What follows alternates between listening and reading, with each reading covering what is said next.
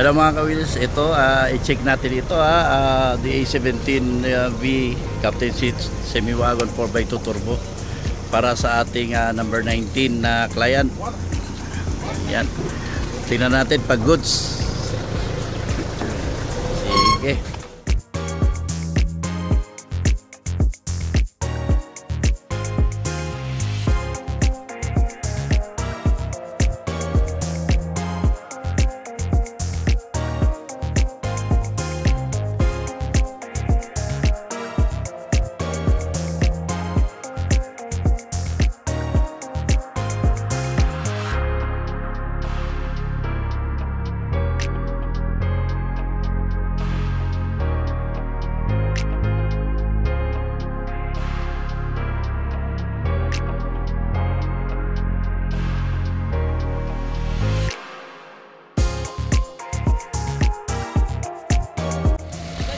So testing natin i-rev ha.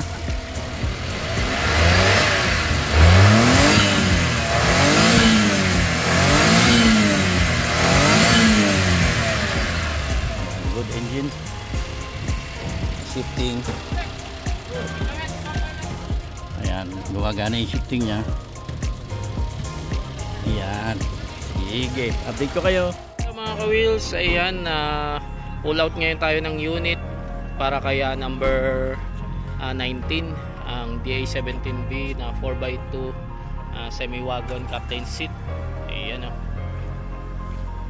Diretso na to sa ating conversion shop. Ayan, ginabi na tayo. Ayan o. So bukas ng maga bibidyoan ulit natin to pag nakarating na din sa ating Jensen Wheel Shop dun sa area natin para maliwanag natin makita. Ayan, bibidyoan natin yung loob. Ayan. Okay, atras. Ayan, congratulations po kay number 19. Kaya kung di ako nagkakamali kay Sir Kate. Ayan. DA17V 4x2 matic, straight matic. Yan, 10 seat semi-wagon. Sige, update tayo ulit mga ka-wheels. Hello mga ka-wheels, ayan, isang mahangin na umaga sa inyo lahat.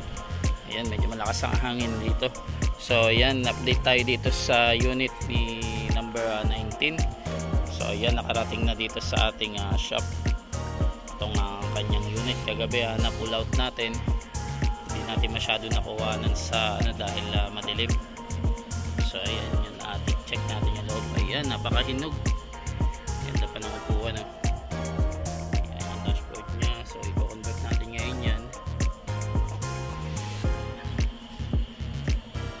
Ayan, kapag natapos tayo sa mga nauna sa kanya na convert, so ipapasok agad natin to sa ating conversion shop. Ayan,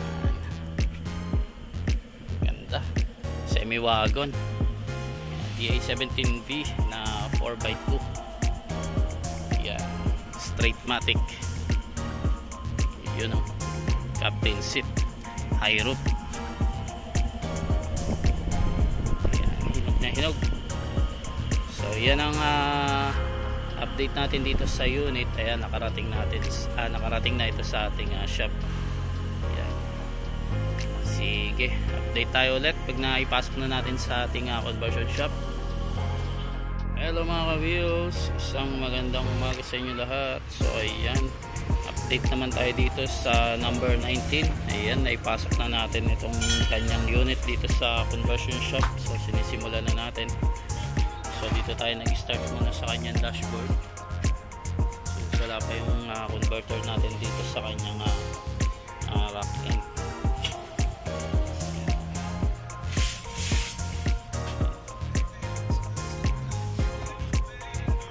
Unti-unti na natin kinakalas yung kanyang loob.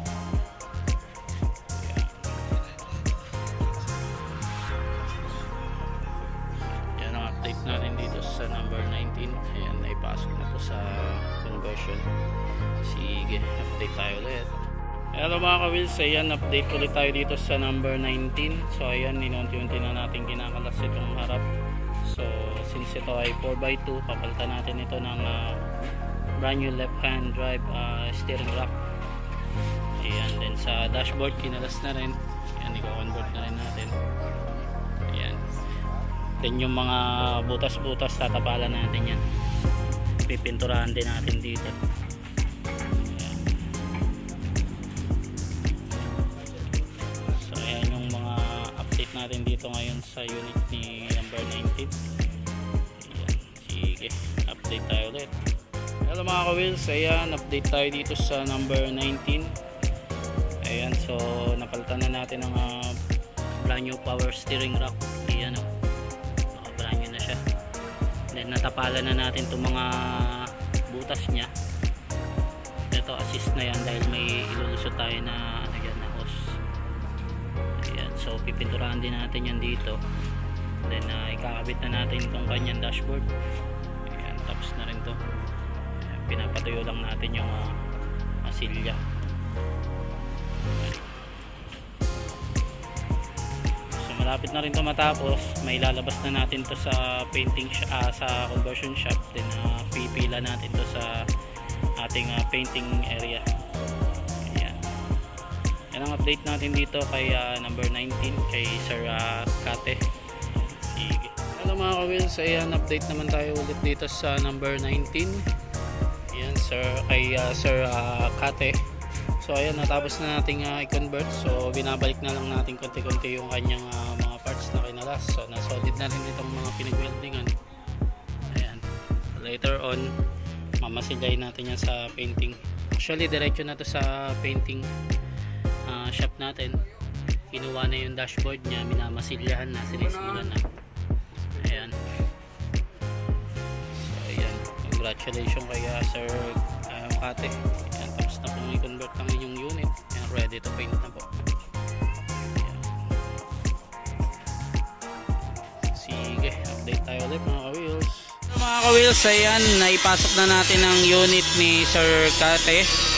Ayan, number 19 dito sa ating painting area. So ayan, sinisimulan na natin na isander. Ayan, after nyan, mamasilya natin, then liliyahin bago natin bugaan ng primer. And then yung mga parts nya, later on kakalasin din natin yan. Ayan, congratulations po kay Sir Kate. Ayan, naipasok na ang iyong unit sa painting.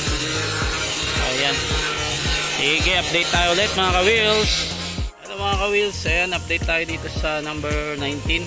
Ayan, kay Kate. So inaano na natin, pina-primer na natin. Ayan, after natin mag primer, base coat naman, then first coating. Yan, syempre always pipinturahan din natin itong kanyang flooring, then yung dashboard, yan, then yung under chassis. Yan. So yan ang update natin dito sa number 19. Sige, update tayo ulit mga ka-wheels. Ayan, update ulit tayo dito sa number 19. Ayan, base coat naman tayo. Natapos na natin i-primer, nalihan na natin yung mga dimples nya. Ayan, so base coat na tayo.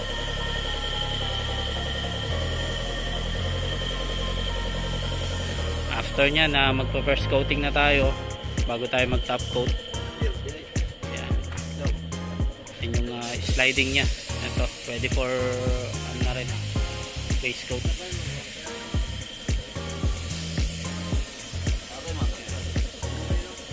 Yan ang update natin dito sa number 19. Ayun. Tama.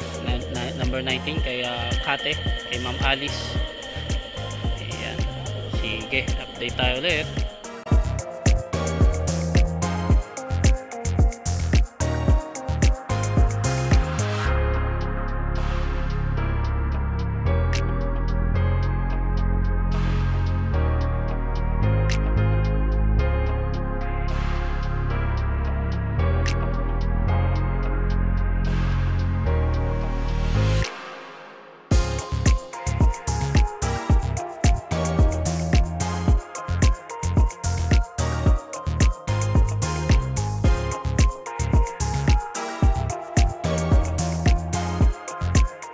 Hello mga ka-wheels, ayan, update tayo dito sa number 19. So ayan, tinatop coat na siya.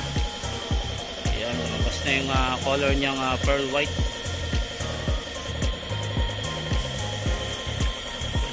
Napakaganda. Susunod naman natin yung loob, then yung kanyang dashboard, kanyang flooring. Ayan. Then syempre yung under chassis.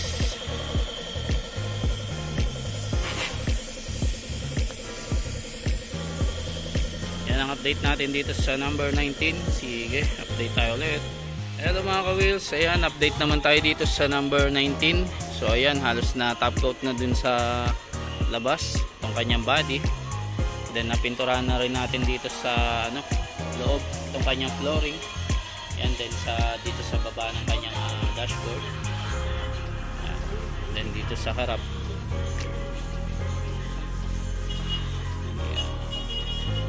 So sinusunod na natin yung kanyang sliding. Tinatapos na natin.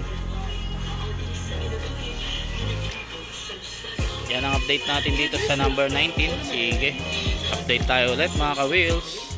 Hello mga ka-wheels, ayan, update naman tayo dito sa number 19 kaya Sir Kate. So ayan, lagay na natin yung kanyang upholstery. Dumating na. Ayan. Ayan yung ceiling niya. Then sinasabay na natin yung kanyang engine PMS. Ayan. So pinakalas pa lang. So lilinisan natin yan, yung kanyang throttle body, ang intake manifold, ang injector, then magpapalit tayo ng mga spark plug tsaka air filter. Ayan. Then later on i-aircon PMS rin natin to. Ayan. Nakabit na rin pala yung kanyang windshield. To follow na lang itong kanyang fully tint. Yan o. Then nandito na rin yung kanyang mugs, nakabit na. Sige, update tayo ulit mga ka-wheels.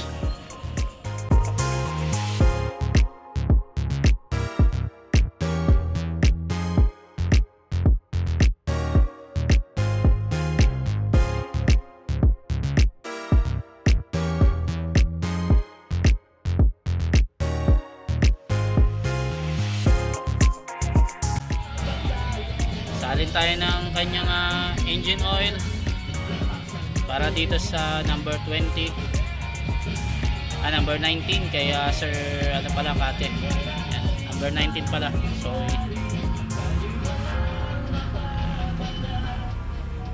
Yan, syempre ang ating Rymol 5W30.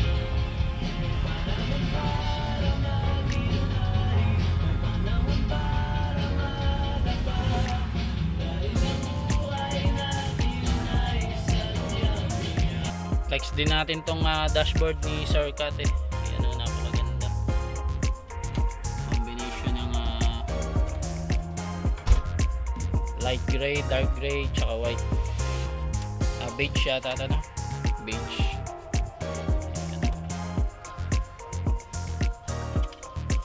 So ayan, napalitan din natin ng bagong air filter ito.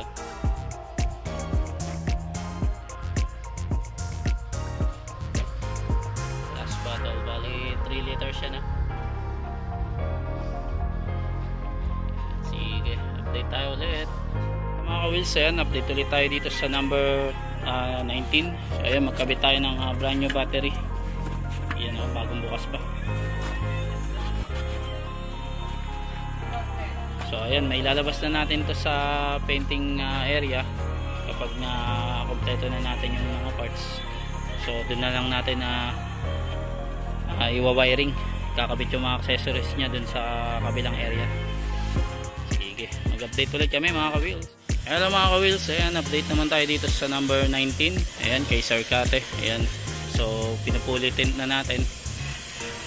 Since laging reklamo ng ating mga client na dilim daw yung kanyang front window, so ayan, minedium na lang natin dito sa front. Then dito naka full siya sa likod, pati sa ayan, sa kanyang back door.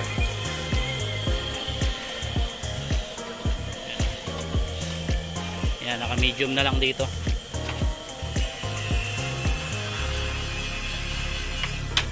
Ayan, next naman natin yung harap after na itong ano, sliding. Ayan, i-medium na lang din natin to. So mag-update ulit kami mga ka-wheels. So mga ka-wheels, ayan, update naman tayo ulit dito sa unit ni Sir Kate number 19. So ayan, as of now nailabas na natin sa painting shop itong kanyang unit. Then for retouch na lang tayo dito. So ito po ay hindi pa dumadaan sa ating road test. So ayan, nakaschedule na rin yan. Then itong kanyang garnish nakabit na rin natin, itong kanyang fog light. Then nakabitan na rin natin ang carrier, ayan o, sa ibabaw. Ayan, sa loob kinukumpleto pa rin natin yung kanyang accessories. Actually nakabit na natin yung iba, itong 7-inch. Ayan, so i-review na lang natin kung ano yung mga kulang pa dito. Ito yung Trio fan. Ayan, so lilinisan na lang natin yan later on. Yung mga missing parts nya i-kumpleto natin. Ayan, then dito nag-retouch tayo sa kanyang bandang ano, nagkaroon ng dents. So ayan, ni-retouch natin. Ayan, so malapit na ito matapos. After road test, pag pumasa sa road test, i-ano na lang natin to, ipapawashing natin, then i-video shoot bago natin ibigay kay sir. Ayan, so ipa-final bapping rin to later on bago natin ipa-car wash. Ayan. So ayan ang update natin dito sa unit ni Sir Kate number 19. Sige, update tayo ulit. Hello mga ka-wheels, ayan, update naman tayo dito sa unit number 19 kay Sir Kate. Ayan, halos na buffing na rin sa labas. Ayan, nakabit na natin yung mga accessories nya. Ito po ay halos kompleto na yung kanyang setup. Actually nag-additional na lang siya ng stainless stepboard dito sa likod. Ayan, pati yung ladder, yun na lang yung kulang natin dito, kasarado pa. Then yung ladder nya nakabit na rin. Yun, hindi natin mapasok sa loob dahil nakalock. Ayan, so yan ang update natin dito sa number 19. Sige, update tayo ulit. Hello mga ka-wheels, isang makulimlim na hapon sa inyo lahat. Ayan, another road test na naman tayo. This time number 19, DA17B 4x2 straight matic turbo. Ayan, semi-wagon, captain seat. Ayan, paturbo ito, tingnan natin.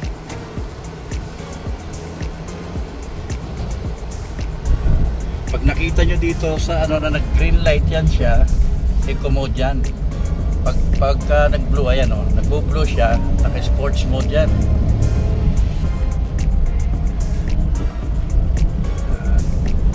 So far walang kalampag, walang lagatap, walang lagigig. Ito lang napansin natin, hindi nakasentro ito manibela, ayusin natin to. So mamaya punta tayo sa rock road, tingnan natin kung wala talaga siyang kalampag, ha. Sige, update ko kayo.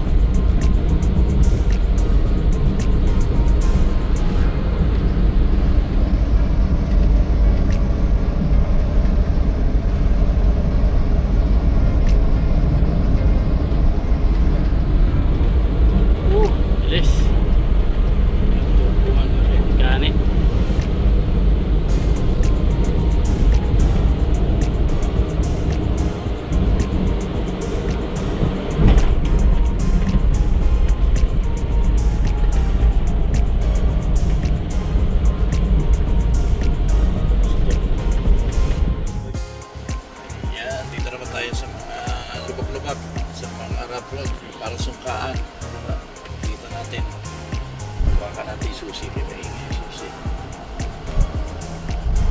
Ito, no? Kung lang madidinig ko mo. Saka itong ballpen. Pero sa ilalim lang. May nadidinig tayo dito ba sa may pintuan? Ano ba? Diyan ba tingnan mo yun? Sa door pads. Okay. Pero sa ilalim, wala naman.